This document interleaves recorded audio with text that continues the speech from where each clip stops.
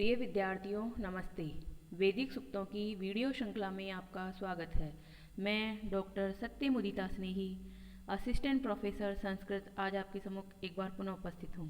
हम वैदिक सूक्तों की श्रृंखला का अध्ययन कर रहे हैं, जिसमें हमने अग्नि सूक्त का अध्ययन कर लिया है और इंद्र सूक्त में भी 6 मंत्रों का अध्ययन कर लिया है। आज हम 7, 8 और 9 इन 3 मंत्रों का अध्ययन करेंगे। इंद्र सूक्त जो कि ऋग्वेद के द्वितीय मंडल का 12वां सूक्त है, इसमें कुल 15 मंत्र हैं।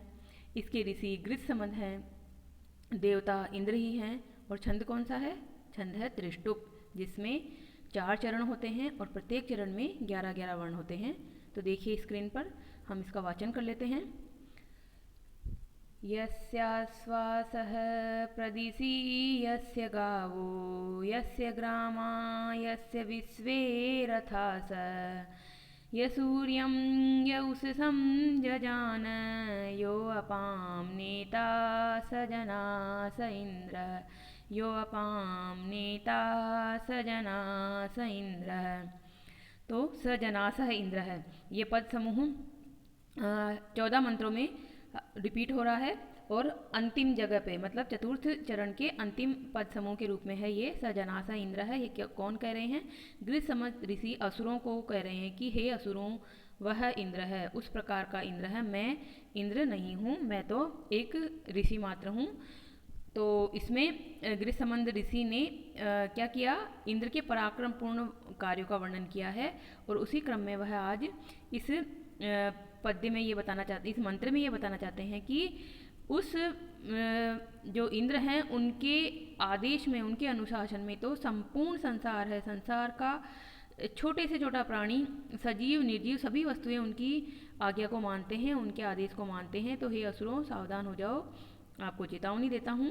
तो इस प्रकार से कहते हुए कहते हैं, पदपाठ देखिए। यस्य अश्वासः, यस्य जिसके, अश्वास है यानी अश्व, ये वैदिक प्रयोग है। अश्वाह जहाँ बनेगा तो यहाँ अश्वासः बन रहा है, यानी जिसके अश्वास है यानी अश्व। प्रदिशि यानी आदेश, आदेश या प्रदेश, प्रदिशि यानी आदेश में, अनुशासन में, आज्ञा में। यस्य गावः, जिसकी आज्ञा में, गावः यानी गायें। यस्य ग्रामः, जिसकी आज्ञा में ग्राम, ग्राम यानी गांव, जो लोग हैं, जनपद यानी व्यक्तियों से युक्त गांव। यस्य विश्वे रथासः, यस्य जिसकी, विश्वे रथासः, विश्वे यानी सर्वे, संपूर्ण, रथासः यानी रथ, यानी कि रथ पे आरूढ़ महारथी वगैरह, या फिर रथ का संचालन करने वाले अश्व, क्योंकि अश्व तो पहले भी आ गया है। तो अश्व और रथ सहित अश्व यानी कि जो रथ का सारथी होता है वह भी। प्रदिशि, प्रदिशि यानी आदेश में है। ये तो जो प्रदिशि शब्द है आप अन्वय में देखेंगे कि हर जगह दिख रहा है, परंतु इसको ब्रैकेट में बंद कर दिया है। क्यों? क्योंकि हम बार बार इसको अर्थ में तो लेंगे, परंतु श्लोक मंत्र में ये कहीं नहीं कहा गया, इसलिए हम इसको ब्रैकेट में बंद कर देंगे। तो यस्य विश्वे रथास है, तो वापस देखिए पहली लाइन को शब्दार्थ सहित। यस्य जिसकी, अश्वास है यानी कि घोड़े, प्रदिशि यानी आज्ञा में, जिसकी आज्ञा में घोड़े हैं। यस्य प्रदिशि गाव है, जिसकी आज्ञा में गांव गायें हैं, गायें यानी जो गाय, जो धेनु जो होती है। यस्य प्रदिशि ग्रामा, जिसके आदेश में, जिसकी आज्ञा में ग्राम है यानी कि जनपद है, यानी कि ग्रामीण जन हैं। यस्य प्रदिशि विश्वे रथासः, जिसकी आदेश में, जिसकी आज्ञा में विश्वे रथासः, सर्वे रथासः यानी संपूर्ण रथ हैं, यानी कि सारथी हैं। वर्तन्ते यानी हैं, ये भी हमें ब्रैकेट में लेना होगा क्योंकि ये भी मंत्र में नहीं कहा गया है। तो इसका मतलब क्या हुआ कि जिसके आदेश में संपूर्ण संसार के चर अचर सभी प्राणी हैं, चाहे वो जानवर हो, अश्व हो, क्योंकि उस जमाने में अश्व बहुत काम में आते थे, गायें होती थी, ग्राम के ग्रामीण लोग होते थे और महारथी होते थे।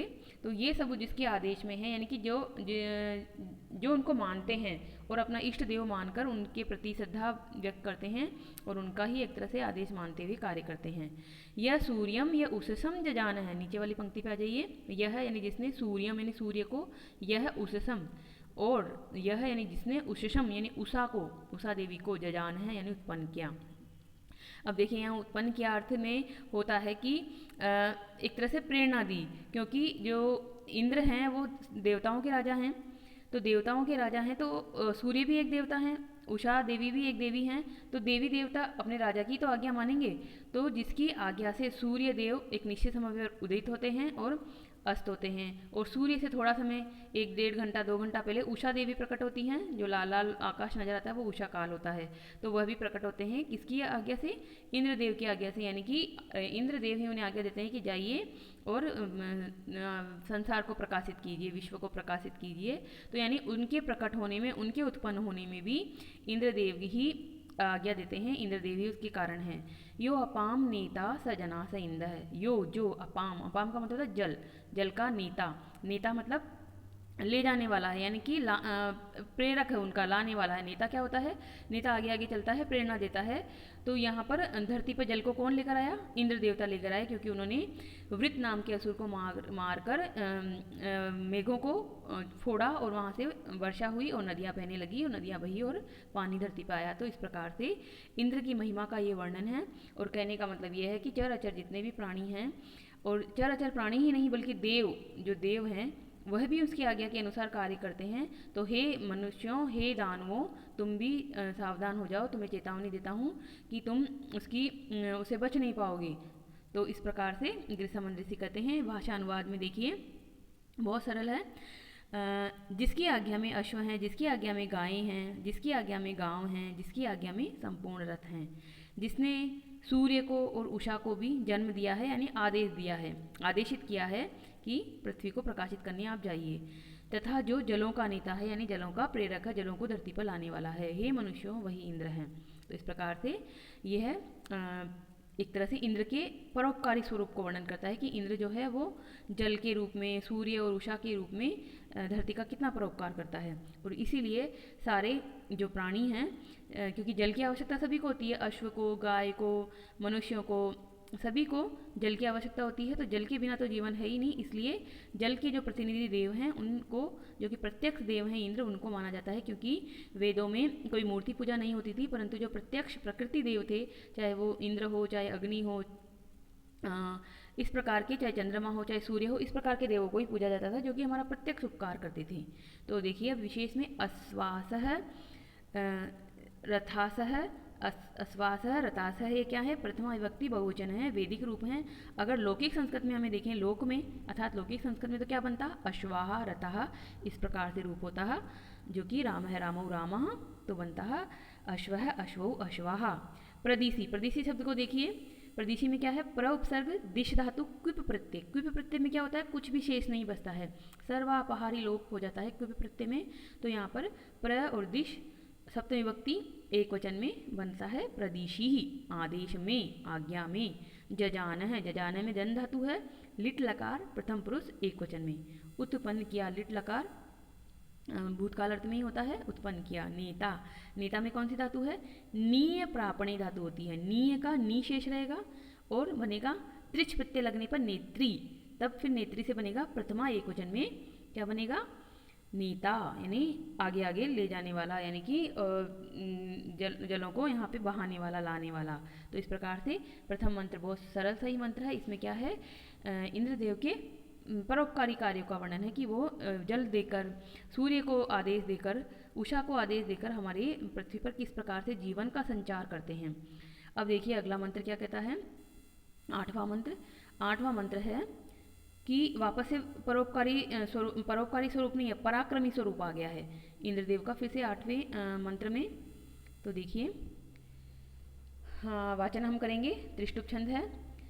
यम क्रंदसी संयति विवयेते, यम क्रंदसी संयति विवयेते, परे अवर उभया अमित्रा, समानं चिदरथमातंस्तिवांसा, समानं चिदरथमातंस्तिवांसा, नाना हवेते सजना स इंद्र, नाना हवेते सजना स इंद्र। तो देखिए पदपाठ में, यम जिसको क्रंदसी, क्रंदन करती हुई यानी कि शोर मचाती हुई दो सेनाएं, कौन सी दो सेनाएं? अभी हम पढ़ेंगे, देवी और मानुषी दो सेनाएं। संयति, संयति का क्या मतलब होता है? एक साथ गमन करती हुई, कहाँ गमन कर रही है? युद्ध में, तो एक साथ युद्ध में जाती हुई। विव्येते, विव्येते में क्या है? आह्वान करती है, दो का वाचक है दो सेनाओं के लिए, इसलिए इसमें है द्विवचन विव्येते, लभते लभेते, वैसे ही विव्येते आत्मनेपद का रूप है, विभिन्न प्रकार से आह्वान करती हैं बुलाती हैं। परे अवरे, परे यानी कि पर यानी कि शक्तिशाली उत्कृष्ट, अवर अवर यानी कि कमजोर निकृष्ट अधम, उभया दोनों प्रकार की ही, अमित्रा अमित्रा मतलब मित्र यानी मित्र फ्रेंड, अमित्र यानी शत्रु, शत्रु की सेनाएं यानी कि शत्रु पक्ष और जो पक्ष और विपक्ष दोनों हैं वो दोनों ही इनको बुलाते हैं, समान रूप से बुलाते हैं। समानम चिद रथम आतंस्तिवांसा, समानम यानी तुल्य समान, चिद यानी ये तो एक निपात है, चित निश्चित अर्थ का एक निपात है, रथम र कहाँ से निकलेगा, द में र है, चिद चित रथम रथ पर, आतंस्ति वासा वांसा, आतस्ति वांसा स्थित, आ उपसर्ग है स्था धातु से बनेगा तो उस पर स्थित, एक ही मतलब तुल्य, एक नहीं लेंगे तुल्य अर्थ वाली, तुल्य यानी समान रथ पे स्थित जो योद्धा हैं महारथी हैं वह नाना हवेते, नाना प्रकार से विविध प्रकार से हवेते बुलाते हैं, आह्वान करते हैं। आह्वान शब्द जो हम यूज़ करते हैं लौकिक संस्कृत में भी यूज़ करते हैं तो वहाँ पे आ उपसर्ग होता है तो आह्वान, यहाँ पर क्या है हवेते बुलाते हैं, आ उपसर्ग नहीं है पर हवेते हूँ यह धातु है। स जनास इंद्र है, जनास हे जनो हे मनुष्यो स इंद्र है वह इंद्र है, गृहसमन ऋषि कह रहे हैं। तो देखिए शब्दार्थ में कुछ भी आपको टफ नहीं लगेगा। अब शब्दार्थ और अन्वय दोनों को मिक्स करते हुए मैंने बता दिया है, पर अब हम अन्वय से चलेंगे। यम क्रंदसी संयति विहवयेते, यम यानी जिसको, जिस इंद्रदेव को, क्रंदसी, क्रंदसी मतलब क्रंदन, क्रंदन मतलब शब्द करते हुए, द्युलोक और पृथ्वीलोक मिलकर यानी कि देवीय तत्व और मानुषी तत्व, यानी कि द्युलोक पे तो देव सेना और पृथ्वीलोक पर मनुष्य की सेना, ये दोनों ही, क्योंकि जब देवताओं के ऊपर संकट आता है तो भी वो इंद्रदेव का ही आह्वान करते हैं, क्योंकि देवों के देव इंद्र ही हैं, तो वो कहते हैं कि त्राहिमाम बचाइए बचाइए। फिर इंद्रदेव अपनी ये सेना लेकर युद्ध पे निकल पड़ते हैं और स्वर्ग की रक्षा करते हैं, इंद्रों की मतलब देवताओं की रक्षा करते हैं, क्योंकि राजा पे ही होता है रक्षा का दायित्व। तो और पृथ्वीलोक पर भी जो वासी हैं वो इंद्रदेव को बहुत ज़्यादा मानते हैं। इसका प्रमाण हमें मिलता ही है कि ऋग्वेद में 250 सूक्तों में स्वतंत्र रूप से इंद्रदेव की स्तुति की गई है, इंद्रदेव को एक तरह से याद किया गया है। तो पृथ्वीलोक के वासी और द्युलोक के वासी यानी कि जो देवता हैं वो दोनों ही, यानी देवीय सेना और मानुषी दोनों ही सेना रक्षा के लिए आह्वान करते हैं कि हमारी रक्षा कीजिए, त्राहिमाम त्राहिमाम, अथवा शोर करती हुई। इसका क्रंदन शब्द का दूसरा मीनिंग भी हो सकता है शोर करती हुई, शोर मतलब दुख में रोती हुई कि बचाइए बचाइए, इस तरह से शोर करती हुई जो सेनाएं हैं युद्ध गर्जना करती हुई, युद्ध के समय में गर्जना होती है कि जैसे जय शंकर बोले, जय महादेव, इस तरह का जो युद्ध गर्जन होता है उसमें जो जय इंद्रदेव इस तरह से बोलते हुए जो एक साथ युद्ध में जाती हुई दोनों सेनाएं हैं, यानी शत्रु पक्ष की सेनाएं, यानी कि दोनों तरफ की सेनाएं, यानी कि भेदभाव नहीं होता। ऐसा नहीं है कि एक सेना दूसरे देव को याद कर रही है, दूसरी सेना दूसरे देव को याद कर रही है, यानी कि जिस तरह से कृष्ण भगवान को चाहते थे कौरव और पांडव दोनों ही कि कृष्ण भगवान उनका साथ दें, तो कौरव भी चाहते थे कि वो उनकी तरफ से युद्ध करें और पांडव भी चाहते थे उनकी तरफ से युद्ध करें।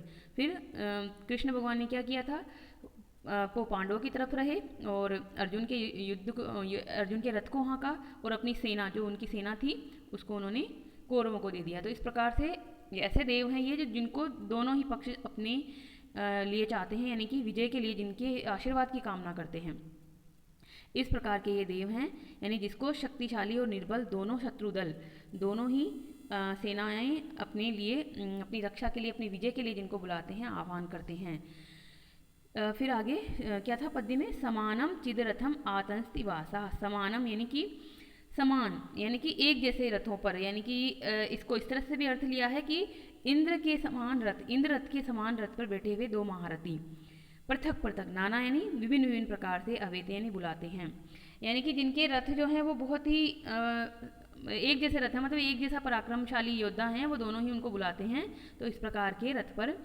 आरूढ़ दो रथी, जो दो महारथी हैं दोनों तरफ से, क्योंकि सेना का सेनापति तो होता ही है, तो जो दोनों तरफ की सेना के सेनापति हैं उन दोनों सेनापतियों के रथ एक जैसे ही हैं, यानी कि दोनों पराक्रम में और सेना की जो शक्ति की दृष्टि से, संख्या की दृष्टि से समान है, ऐसे दोनों महारथी पृथक पृथक रूप से सुरक्षा के लिए, विजय के लिए इंद्र का आह्वान करते हैं।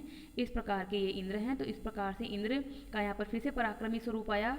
और क्या कहना चाह रहे हैं गृहसमंद ऋषि कि वो तो ऐसे सर्वव्यापक देव हैं कि जिनको हर कोई याद करता है, हर कोई बुलाता है।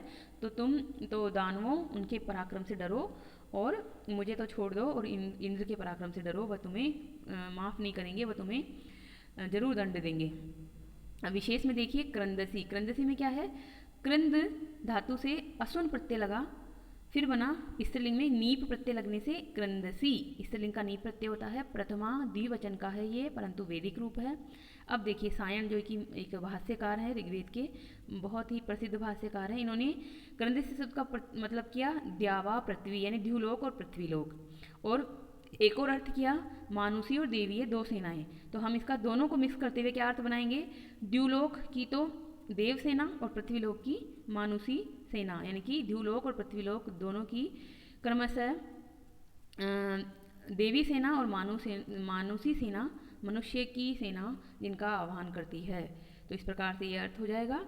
और दयानंद वगैरह ने इसका अर्थ किया है रोने का शब्द करने वाली, यानी कि बचाव का, अपने विजय का आह्वान करती हुई, शोर मचाती हुई, गर्जना करती हुई सेनाएं जिसको बुलाती हैं। तो इस प्रकार से अलग अलग भाष्यकारों ने अलग अलग अर्थ लिए हैं, जो कि इनकी धातुओं पर निर्भर करते हैं अर्थ कि किस धातु से बना है। संयति। संयति को देखिए सम उपसर्ग पूर्वक ई से इण गतऊ ही है, लट लकार होता तो उसमें क्षत्रिय प्रत्यय से यहाँ संयति यानी कि जाती हुई, गीप लगा इसमें भी स्त्रीलिंग में, तो एक दूसरे की ओर बढ़ती हुई। तो कहाँ बढ़ रही है? वो युद्ध में एक दूसरे की तरफ गति करती हुई, बढ़ती हुई, आपस में पास आती हुई सेनाएं हैं। और इस प्रकार से संयति का अर्थ हुआ। परे अवरे। परे अवरे में क्या है? पर। परे यानी श्रेष्ठ, शक्तिशाली, अवरे यानी अधम, कमजोर, यानी एक पक्ष अगर कमजोर भी है तो भी, और एक पक्ष युद्ध करने वाला शक्तिशाली है तो भी, यानी कि सभी इन्हें याद करते हैं, इन्हें बुलाते हैं। तो इस प्रकार से इस पक्ष में, इस पक्ष के लोग और उस पक्ष के लोग, दोनों ही लोग इनको अपनी रक्षा के लिए, अपनी विजय कामना के लिए इनका पहले आह्वान करते हैं, फिर युद्ध में जाते हैं। समानम चिद रथम आ तस्तिवांसा। समानम यानी समान, यानी एक जैसी, एक तुल्यता वाले।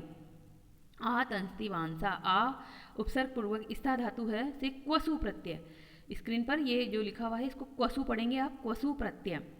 पुंलिंग में है, प्रथमा विभक्ति द्विवचन का है, वैदिक रूप है। तो आ तंस्तिवांसा, क्वसु प्रत्यय में क्या होता है?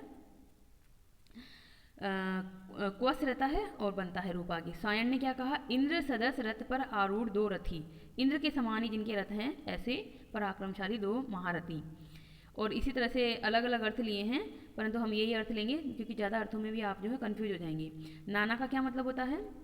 अनेक प्रकार से, विविध प्रकार से। और हवेते मतलब आह्वान करते हैं, बुलाते हैं। इस प्रकार से हुआ विह्वयेते। विह्वयेते में क्या है? वी उपसर्ग पूर्वक हुए हैं, हुए हैं धातु है, लट लकार प्रथम पुरुष द्विवचन में है, परंतु आत्मनेपदी में है, लभते लभेते। वैसे ही विह्वयेते, लट लकार प्रथम पुरुष द्विवचन, द्विवचन में दो के लिए आया है, इसलिए ये ते बना यहाँ पर क्रिया। तो इस प्रकार से ये हुआ आपका 8वां मंत्र। अब चलते हैं हम 9वें मंत्र पे, जो कि आज का अंतिम मंत्र होगा। और आज सरल है मंत्र, ज़्यादा व्याख्या टिप्पणी नहीं है।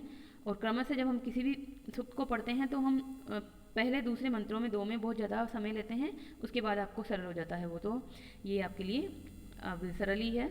तो देखिए क्या है 9वां मंत्र, इसमें भी पराक्रम पूर्ण कार्य हैं इंद्र के।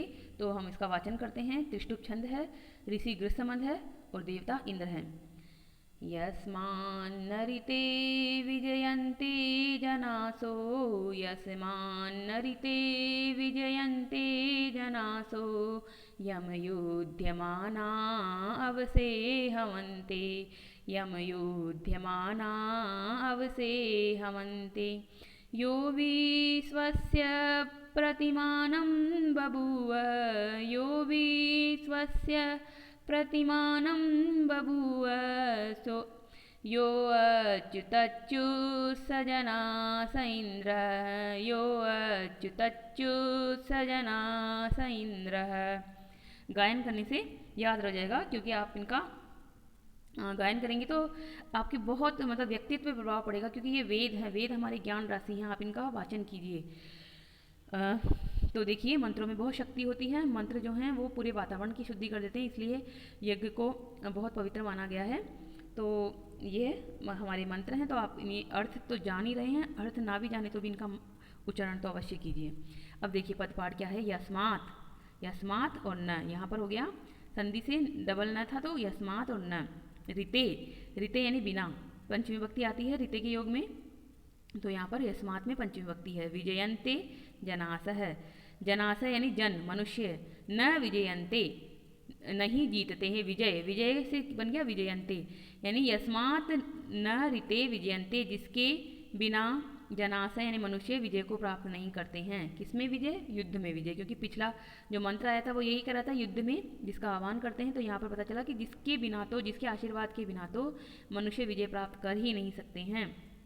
ऐसा यम, जिसको युद्ध माना, युद्ध, युद्ध करते हुई, शानच प्रत्यय है इसमें, युद्ध करती हुई, अवसे रक्षा के लिए, अवरक्षणे धातु से बना हुआ है, और जैसे तुमुन प्रत्यय अर्थ होता है वैसे वैदिक में से, ऐसे से इस तरह के प्रत्यय होते हैं, तो से प्रत्यय इसमें अवरक्षणे धातु से रक्षा के लिए हवंते बुलाते हैं, इसमें भी वही है, बहुवचन में है, हवंते आह्वान करते हैं।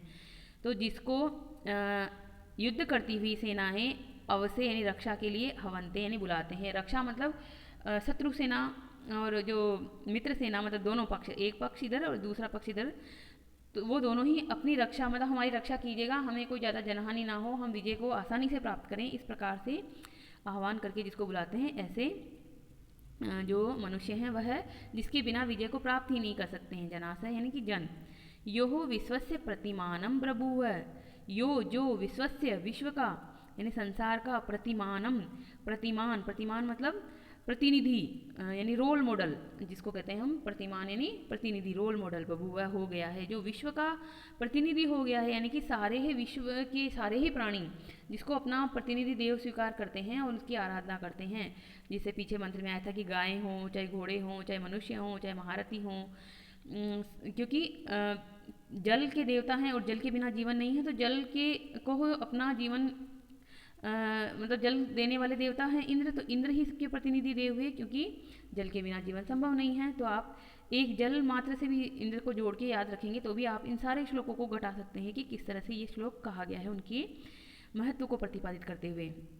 तो बभुआ यानी हो गए हैं। यो अच्युत च्युत स जनास इंद्र, यो जो अच्युत च्युत, इसको समझिए, अच्युत, अच्युत किसे कहते हैं? पर्वत को कहते हैं, जिनका मतलब जो चलते नहीं हैं पर्वत, क्योंकि स्थिर हो गए हैं, तो अच्युत यानी पर्वत का पर्यायवाची शब्द है। च्युत, च्युत यानी विनाशक, यानी जो विनाश से रहित का भी विनाशक है, यानी कि जो जिसने पर्वत आदि का विनाश कर दिया। विनाश किस रूप में किया? कि उनकी जो विनाशक शक्ति थी, पर्वत क्या करते थे पहले जो थे, जब पृथ्वी का निर्माण हो रहा था उस समय बहुत ज़्यादा भूकंप आते थे, तो शिलाखंड एक जगह से उछल उछल के दूसरी जगह पहुंच जाते थे, और उस क्रम में वह अपार जनधन की हानि करते थे।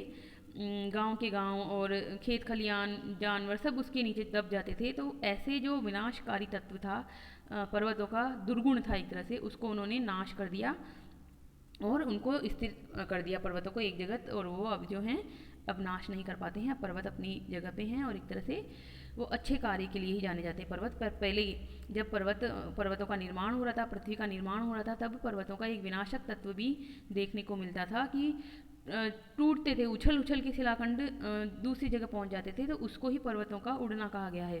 पर्वत कोई वाकई में ऐसे नहीं थे, और ये कोई काल्पनिक गप नहीं है कि पर्वत उड़ते थे और कहीं पहुंच जाते थे, तो पर्वत कैसे उड़ सकते हैं। यह है एक तरह से रूपक के रूप में कहा हुआ है कि किस तरह से वो उड़ते थे, यानी कि एक जगह से उछलकर उनके शिलाखंड टूटकर दूसरी जगह पहुंच जाते थे। भूस्खलन और जैसे होता है वैसे ही पर्वतों का स्खलन होता था, पर्वत लुढ़कते थे, गिरते थे, इधर उधर जाते थे।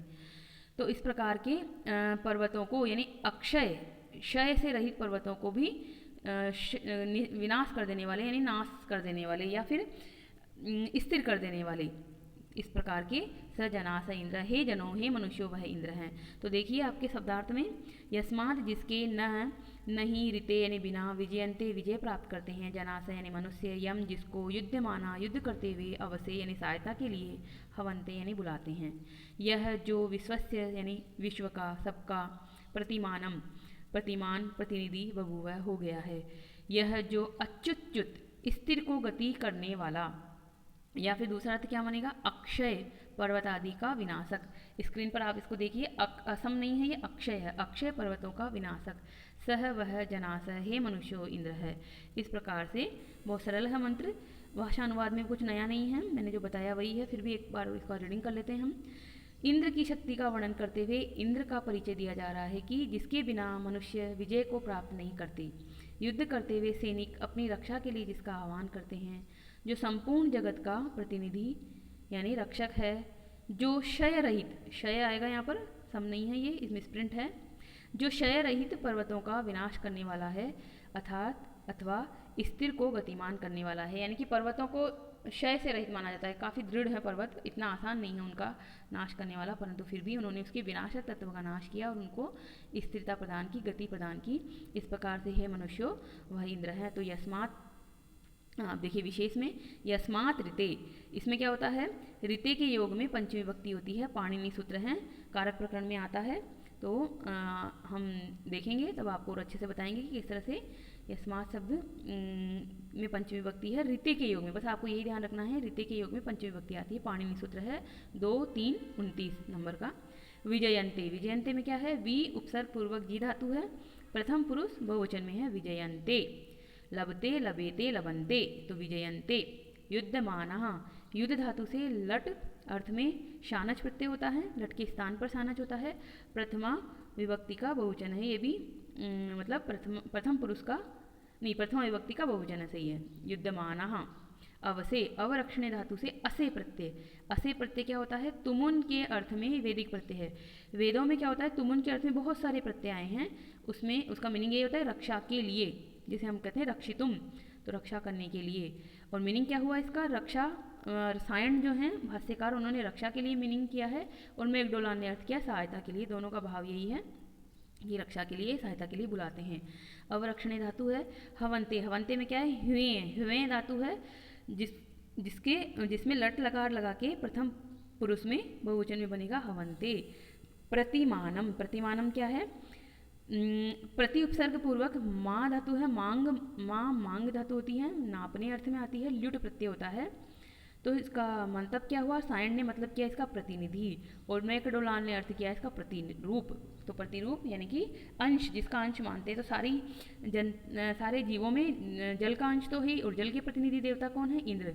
तो जल तत्व सब में होता है, क्योंकि मनुष्य पंच महाभूतों से बना है, तो उसमें जल भी एक तत्व है। और ऋग्वेद में भी इस तरह से कहा गया है कि जो उत्पन्न हो चुके और जो उत्पन्न होंगे उनमें से कोई भी उसका प्रतिरूप नहीं है, बल्कि वही सबका प्रतिरूप है। दयानंद ने इसको कहा है कि जिसकी सीमा, विस्तार आदि जो हैं वो बहुत ही व्यापक हैं। तो इस प्रकार से है। अच्युत च्युत, अच्युत च्युत में क्या है, अच्युतानाम चावयिता, चावयिता, अच्युतों को चावयिता यानी कि च्यवन करा देने वाला, यानी कि जो अस्थिर है उसको भी स्थिर कर देने वाला है। ये च्यू धातु से त प्रत्यय बन के लग के बना च्युतः, च्युत, तो ये बना आपका च्युत। अब हमें नए समास भी देखना है इसमें, तो न च्युतः इति अच्युतः, तो ये बना आपका अच्युत शब्द। अब देखिए च्युत शब्द भी है एक पीछे, तो च्युत शब्द कैसे बना, च्यू धातु से क्विप प्रत्यय, क्विप प्रत्यय में संपूर्ण लोप हो जाता है, सर्वापहारी लोप होता है क्विप प्रत्यय में, कुछ शेष नहीं बचता, तो च्युत ये बचा मूल। शायण ने क्या अर्थ किया इसका, क्षय रहित पर्वत आदि का चालक, क्षय रहित पर्वत आदि को भी एक तरह से अच्छे उनके तत्व को रखा उसने और बुरे तत्व का नाश किया। इस तरह से पर्वतों को भी एक तरह से शोभन स्वरूप देने वाला है, ये विनाशक तत्व को नाश करके उनकी शोभा को बनाए रखने वाला है इंद्र। मेघडोलाल ने क्या अर्थ किया, स्थिर को अस्थिर बना देने वाला, यानी कि अचल को भी चल बना देने वाला, इस प्रकार का स्वरूप है। यानी कि इंद्र भगवान में एक तरह से विरोधाभासी तत्व है कि ये चल को अचल बना सकता है, स्थिर को अस्थिर बना सकता है। इस तरह के भाव होते हैं जब हम किसी देव का स्वरूप वगैरह वर्णित करते हैं, तो इसी तरह से बताते हैं कि वो किस तरह से विरोधाभासी गुणों से युक्त है। तो इस प्रकार से ये हमारा आज 9वां मंत्र पूरा हुआ, आगे हम कल पढ़ेंगे। अगर आपने इस वीडियो को अभी तक मतलब इस चैनल को अभी तक भी सब्सक्राइब नहीं किया है तो सब्सक्राइब कर लें, मेरा आपसे निवेदन है, ताकि आपके पास इसके नोटिफिकेशन तुरंत पहुंच जाएं। और अगर पहली बार देख रहे हैं तो सब्सक्राइब कर लें, और ये ज्ञान राशि है, इसको आप अन्य तक भी शेयर करें।